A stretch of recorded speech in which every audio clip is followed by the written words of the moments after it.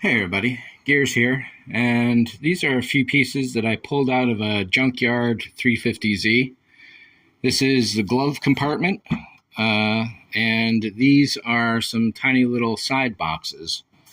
This one's my original here. Well, I already took the papers out of it, but it's probably a cubic foot or so, and this is probably maybe 2 cubic feet. This pan goes underneath, right down there, and then I've got the door here, and yeah, so my car came with a DVD navigation system. 20 years later, it's kind of very outdated, and it takes up one of these slots in the back of the car, so I got a spare box for that, and the DVD screen is in my center console cubby. So I got this little guy here to replace that, and it's actually upside down.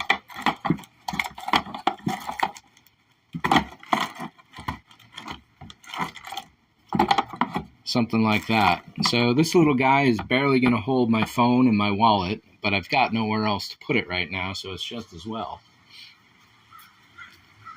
I'm doing some other work on the car, and you'll see that in another video real quick. But right down there, you can see the cubby number 1, and there is cubby number 2 with the DVD drive in. Let's take a look at the front.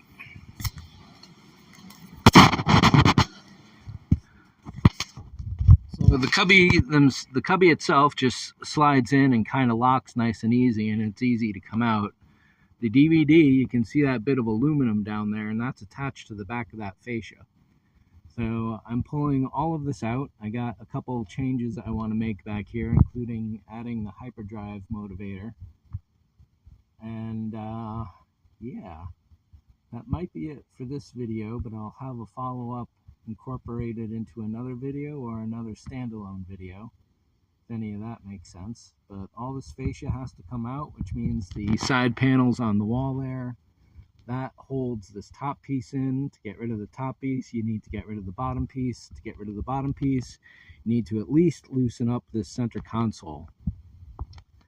And I may replace that. One of my buddies, Sean Crosby, he used to have a 350Z convertible, and that was a different year, and it has a different center console that's a little more utilitarian. I'd have to move some of those buttons around that you can see right in here.